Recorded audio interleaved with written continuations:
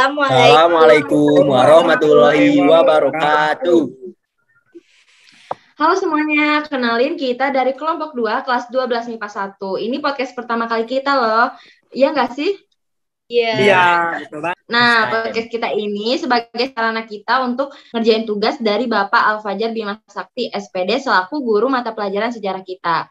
Nah, sebelum kita masuk ke podcastnya, gimana kalau kita kenalan dulu nih sama anggota-anggota yang ada di kelompok ini? Dimulai dari absen yang paling awal dulu ya.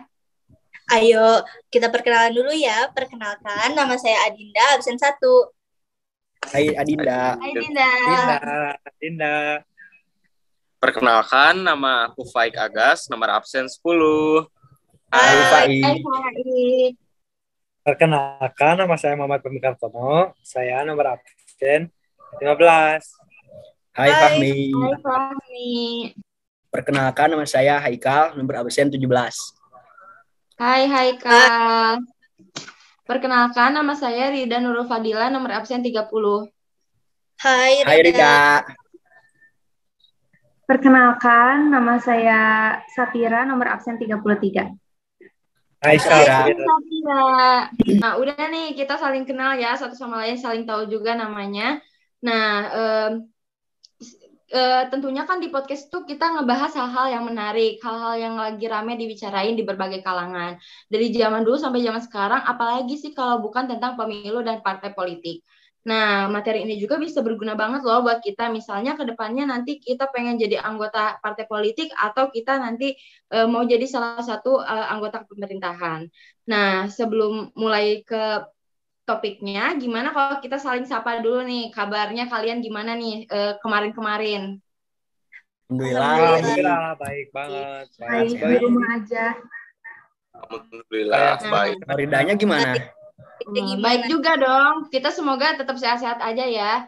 Nah, kita balik lagi yuk ke materinya. Sekarang kita mulai dari yang paling dasar dulu, biar semuanya juga lebih ngertinya lebih jelas ya.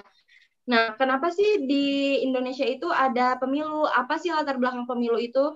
Nih teman-teman, aku bakal sharing sedikit ya tentang pemilu. Pemilu di sini sendiri ya singkatan dari pemilihan umum. Di mana suara terbanyak itu tentu yang akan menang, yang akan terpilih. Nah, sama saja sih sistemnya seperti voting. Tentu kalian sudah tahu kan? Ya, tahu. Ya, tahu. Nah, aku mau juga nih, kalau Indonesia itu merupakan salah satu negara sistem politik demokrasi dalam menjalankan pemerintahannya loh. Nah, aku juga sudah baca-baca sih dalam internet segala macam, katanya untuk menjalankan demokrasi ini ada 3 prasyarat. Yang pertama itu pemilu itu bebas dan berkala, yang kedua pemilu itu terbuka, dan yang ketiga itu adanya perlindungan terhadap hak asasi manusia. Nah, apa sih yang dimaksud dari ketiga itu? Nah, secara jelasnya pemilu itu sebagai sarana kedaulatan rakyat, yang dimana rakyat itu tentu mempunyai hak loh untuk memilih atau menentukan siapakah calon yang terbaik untuk menjadi perwakilan rakyat. Nah, ada juga loh pemilu itu sebagai peroleh legitimasi.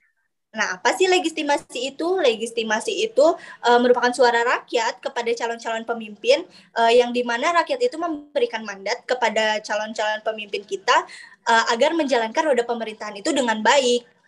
Nah, maka dari itu kita sebagai warga untuk semuanya pokoknya harus cerdas-cerdas ya dalam memilih calon-calon mana yang akan kita tentukan. Nah, makin sini juga yang saya lihat makin banyak loh calon-calon pemimpin yang justru malah tidak amanah, tidak seperti pada saat beliau-beliau kampanye, pada saat visi misi dipaparkan kayak gitu.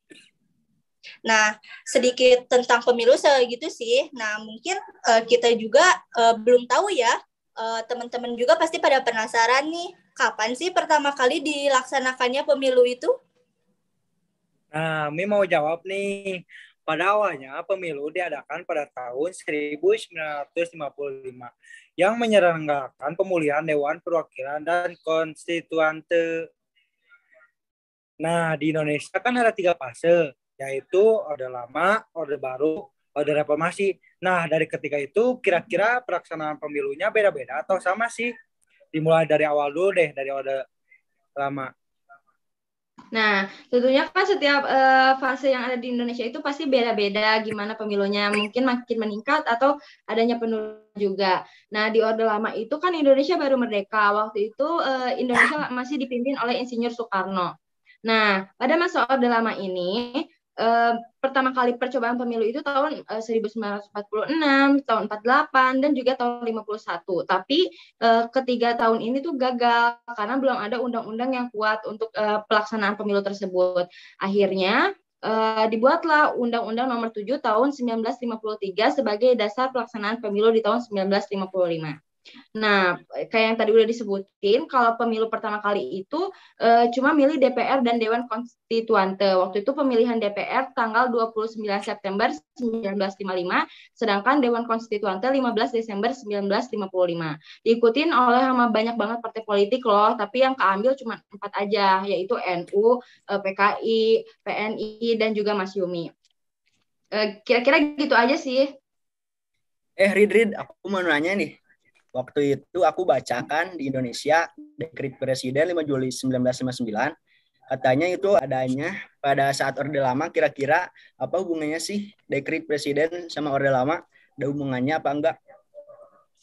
Nah, tentunya ada hubungannya dong. Soalnya kan waktu itu yang ngeluarin dekret presiden itu Insinyur Soekarno. Waktu itu yang menjabat di Orde Lama itu kan Insinyur Soekarno. Ia mengeluarkan surat terbuka berupa dekret presiden kepada pemerintah untuk ngeberhentiin Dewan Konstituante tadi. Nah, kenapa diberhentiinnya itu? Karena kan nggak mengerjakan tugasnya secara baik. Ya udahlah, kalau kata Soekarno, mendingan dibubarin aja daripada nanti malah merusak pemerintahan negara Indonesia. Nah, akhirnya waktu itu dibubarkanlah Dewan Konstituante tadi. Oh iya, makasih Rida. Nih, aku ada beberapa pertanyaan dan siapapun kalian bisa jawab ya yang tahu. Kan ada perubahan nih dari demokrasi liberal ke demokrasi terpimpin. Pasti otomatis ada perubahan pemerintahan. Perubahan apa aja sih yang ada di masa pemerintahan itu? Nah, aku bisa jawab nih, Pi, pertanyaan dari kamu. Kalau kata aku sih yang dari web-web yang aku baca, katanya waktu itu kan pas sebelum perubahan pemerintahannya, DPR itu kan DPR biasa, dipilih melalui pemilu. Nah, tapi pas demokrasi terpimpin itu dipilihnya sama presiden itu sendiri dan diganti namanya jadi DPR sementara atau DPR gotong royong. Terus juga kan di masa demokrasi terpimpin ini ada wacana-wacana juga kalau Soekarno pengen jadi presiden seumur hidup. Lah itu kan kayak udah nggak benar ya, udah melenceng juga, bukan sebagai negara demokrasi lagi dong kalau kayak gitu. Nah, MPRS lah membuat suatu sidang, yaitu sidang istimewa pada bulan Maret tahun 1967 untuk menggulingkan Soekarno dari jabatannya. Nah, Orde Lama tuh kira-kira cuma segitu aja. Nanti ada lanjutannya lagi di Orde Baru. Terus ini ada pertanyaan lagi. Aku penasaran apa yang melatar belakangi pindahnya Orde Lama ke Orde Baru? Oh, jadi gini nih, Pi. Kalau kita bahas tentang latar belakang baru, sebenarnya yang melatar belakangi Orde Baru itu ada 3 peristiwa. Yang pertama itu ada Super Semar, yang kedua ada G30 SPKI, dan yang ketiga itu ada Tritura. Nah, pada saat itu tuh Orde Lama tuh sedang di ujung tanduk. Nah, pada saat kejadian G30 SPKI, Insinyur Soekarno itu menanggapi peristiwa tersebut kurang baik. Nah, setelah itu akhirnya adalah peristiwa demonstrasi mahasiswa yang dimana mahasiswa-mahasiswa itu menginginkan untuk Insinyur Soekarno itu lebih mengulik, memecahkan peristiwa G30 SPKI seperti siapa sih dalang di balik G30 SPKI, dan yang diinginkan mahasiswa itu balas dendam kepada pelaku yang melakukan G30 SPKI itu. Nah, entah pada saat demonstrasi itu entah sedang ricuh-ricuhnya atau sedang panas-panasnya, ternyata ada berita juga bahwa salah satu mahasiswa yang ikut demonstrasi itu ada yang meninggal juga loh. Oh iya, sampai memakan korban jiwa ya? Iya. Oh iya, Mi pernah dengar soal itu. Mahasiswanya dari Universitas Indonesia bukan sih? Kalau yang saya dengar sih katanya ya dari Universitas Indonesia, tapi kan beritanya itu belum tahu juga ya dari mana, tapi kayaknya iya sih dari Universitas Indonesia. Nah, pada setelah peristiwa itu kan nama Insinyur Soekarno tuh semakin jatuh ya. Nah, jadi sehingga Soekarno itu berniat untuk memberikan jabatannya kepada Soeharto melalui Super Semar, yang dimana Super Semar itu surat perintah 11 Maret. Nah, akhirnya sih MPRS itu mengangkat resmi Soekarno sebagai Presiden Indonesia. Kurang lebih seperti itu sih latar belakangnya. Oke, makasih Dinda. Terus ini ada satu pertanyaan lagi, siapapun yang jawab. Kalau perubahan pemilu dari orde baru, dari orde lama ke orde baru tuh kayak gimana? Aku bisa jawab pertanyaan dari kamu. Kalau kata aku sih dari yang aku baca-baca kayaknya waktu itu kan sebelum pas Orde Lama itu pejabat atau pemerintah negara itu masih pada ikut nyoblos juga, ikutan pemilu. Tapi di masa Orde Baru itu dilarang karena kan takutnya ada kecurangan atau malah nantinya jadi perkelahian kan nggak baik juga atau nggak benar, nanti malah jadi kericuhan. Terus juga partai politiknya kan udah berubah, nggak itu aja kan, jadi kayak nambahin, terus ada partai politik baru yang malah jadi partai politik besar sampai sekarang, sampai Orde Reformasi. Selebihnya sama aja kayaknya, cuman lebih meningkat lagi aja sih, kayaknya gitu Depi. Berarti pejabatnya kayak DPR gitu-gitu ya pejabatnya? Nah iya. Nah Pia, sekarang aku ya yang nanya sama kamu. Kalau menurut kamu gimana sih suasana pas Orde Reformasi itu? Apa kayak sama aja gitu kayak pas Orde Baru? Apa kayak cuma sekedar ganti nama dari Orba jadi Orde Reformasi? Atau kayak ada perubahan juga sih sebenarnya di partai politiknya atau di hal-hal lain? Era reformasi dimulai tahun 1998 kan, waktu Presiden Soeharto mundurin diri, terus diganti sama Bapak B.J. Habibie. Kalau yang aku tahu di era reformasi ini, pemerintahan ngasih ruang gerak buat partai politik sama DPR buat ikut serta ngawasin pemerintahan secara kritis. Itu yang aku tahu. Nah, sekarang aku mau ngasih pertanyaan juga, soalnya aku masih agak bingung tentang Orde Reformasi itu. Nah, di Orde Reformasi masih nambah lagi kan, terus partai politiknya, kayak terus ganti juga kan kedudukannya. Waktu itu kan Golkar menang terus, sekarang kan ganti jadi kayak PDIP yang sering menang. Itu tuh kenapa sih? Aku masih bingung juga gitu. Apa ada alasan lain? Aku lumayan banyak tahu tentang era reformasi. Jadi setelah Orde Baru runtuh berganti ke era reformasi, ledakan partisipasi partai politik itu benar-benar terjadi. Beda sama Orde Baru yang cuman ada 3 partai politik, di era reformasi ini sampai ada 48 partai politik yang ngerebutin 462 kursi di DPR RI. Tapi walaupun banyak yang berpartisipasi, 3 partai politik dari Orde Baru yang kita tahu, Golkar, P3, sama PDIP, mereka tuh masih berjaya di era reformasi. Kalau boleh tahu nih ya, hasil dari pemilu tahun 1999 itu kurang lebih isinya seperti apa ya? Itu pemenangnya yaitu PDIP, terus urutan kedua Golkar, urutan ketiga P3. Itu hasilnya. Oh, gitu ya, Pi. Berarti susah ya mempertahankan kemenangan pemilu? Iya benar banget. Jadi dari suasana bebas memilih ini sulit banget mempertahankan kemenangan di pemilu. Karena PDIP aja yang menang pemilu tahun 1999 harus rela kalah karena di pemilu 2004 Golkar yang menang. Terus aku juga sebenarnya masih bingung kenapa bisa di era reformasi ini banyak banget partai politik yang ikut berpartisipasi di dalam pemilu. Kalian tahu nggak sih kenapa? Aku tahu, Pi. Dari informasi yang aku dapat, Kenapa banyak partai politik di Indonesia? Yaitu karena penduduk Indonesia yang beragam. Jumlahnya banyak dan setiap kelompok pasti punya idenya masing-masing.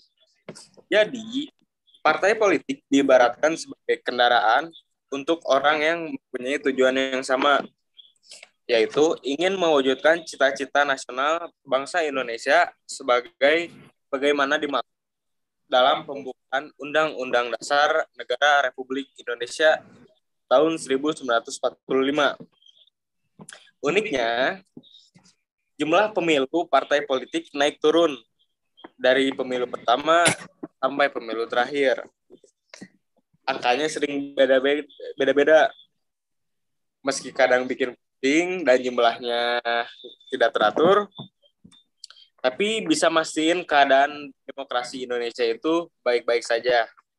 Nah, ada yang tahu nggak sih gimana bisa sampai ada partai politik yang besar di Indonesia dari Orde Baru sampai Orde Reformasi masih berjaya? Kira-kira latar belakang apa dari parpol besar tersebut? Ada yang tahu nggak nih? Aku tahu sekarang mi bakalan nyebutin latar belakang dari partai politik yang besar di Indonesia yang masih berjaya mulai dari masa Orde Baru hingga Orde Reformasi, yaitu Partai PDIP, Golkar, dan Partai P3. Nah, yang pertama nih PDIP. Asalnya partai ini dimulai dari gabungan partai-partai non-muslim dan partai nasionalis yang menuju sosialis. Nah, yang kedua Partai Golkar. Golkar asalnya partai politik, melainkan suatu organisasi disebut sekber yang memiliki fungsi untuk memberantas PKI ini. Dan yang ketiga, Partai P3. Partai ini merupakan gabungan dari partai Islam di Indonesia. Hanya saja, namanya tidak terlalu melonjak di masa Orde Reformasi. Nah, gitu teman-teman. Nah, setelah tadi mendengar banyak penjelasan yang diberikan, kira-kira bagaimana sih pandangan kalian atas berjalannya pemilu di masa kini? Ya, menurut pandangan aku sendiri, jalannya pemilu sekarang ini belum berjurdil sih. Berjurdil ini singkatan dari langsung, umum, bebas, rahasia, jujur, dan adil. Karena terdapat banyak kebohongan dalam pemilu, mau itu sogok menyogok, sistem kampanye yang kotor, dan lain sebagainya. Gitu. Terus pelaksanaan pemilu di Indonesia juga kurang baik. Karena kurang tersosialisasi, banyak orang yang malas dan merendahkan kinerja pemerintah sehingga malas untuk menyumbangkan suaranya. Terlepas dari itu, sebaiknya ya pelaksanaan pemilu di Indonesia ini dilakukan dengan berjurdil ya, tidak dengan sangkutan kepada orang-orang terdekat, dan juga harus memilih dengan hati nuraninya sendiri yang harus bersifat jujur dan langsung tanpa ada perantara. Iya kan, kita udah 17 tahun kan, Sweet 17. Gimana sih perasaan kalian sekarang kita bisa ikut pemilu? Campur aduk gak sih, Pi? Pasti kayak deg-degan, terus kayak senang juga, pengen, tapi bingung juga gak sih? Aku pribadi masih bingung banget gimana caranya milih pemimpin yang tepat, dan perbedaan antar partai politik itu gimana? Sebenarnya masih bingung banget. Iya, sama aku juga. Soalnya kan visi misi itu belum tentu sesuai sama realitanya, ya nggak sih? Iya. Tidak seperti pada saat kampanye gitu kan. Iya. Benar. Dan kayaknya kalian juga sama deh, kayak aku waktu masa kecil selalu ikut-ikut orang tua nyoblos, sedangkan nggak tahu kalau itu tuh pemilu. Iya, cuma pengen nyelupin. Iya, aku juga hanya untuk Ya, nanti ada jari ungu. Linking. Iya. Cantengan damai. Lumayan seru juga ya ini podcastnya. Iya. Pembahasannya juga menarik gak sih? Bikin kita nggak ngantuk juga kan? Ya, seru kan sejarah itu. Iya kan, sejarah nggak ngebosenin kan? Nggak bikin ngantuk Lupain juga. sejarah, karena sejarah itu seru. Nah, benar. Sejarah apa tuh yang seru? Pemilu sama partai politik dong pastinya. Oke, Des. Hanya segitu ya. Iya, segitu aja deh kayaknya pembicaraan kita di podcast kali ini. Maaf nih kalau kita misalnya masih banyak kurangnya karena ini podcast pertama kali kita, terus ini juga pertama kalinya kita ngelakuin yang kayak gini, hal yang baru buat kita. Mohon maaf bila ada kesalahan. Kita mau tutup aja ini podcastnya. Wassalamualaikum Assalamualaikum warahmatullahi wabarakatuh. Ya semuanya.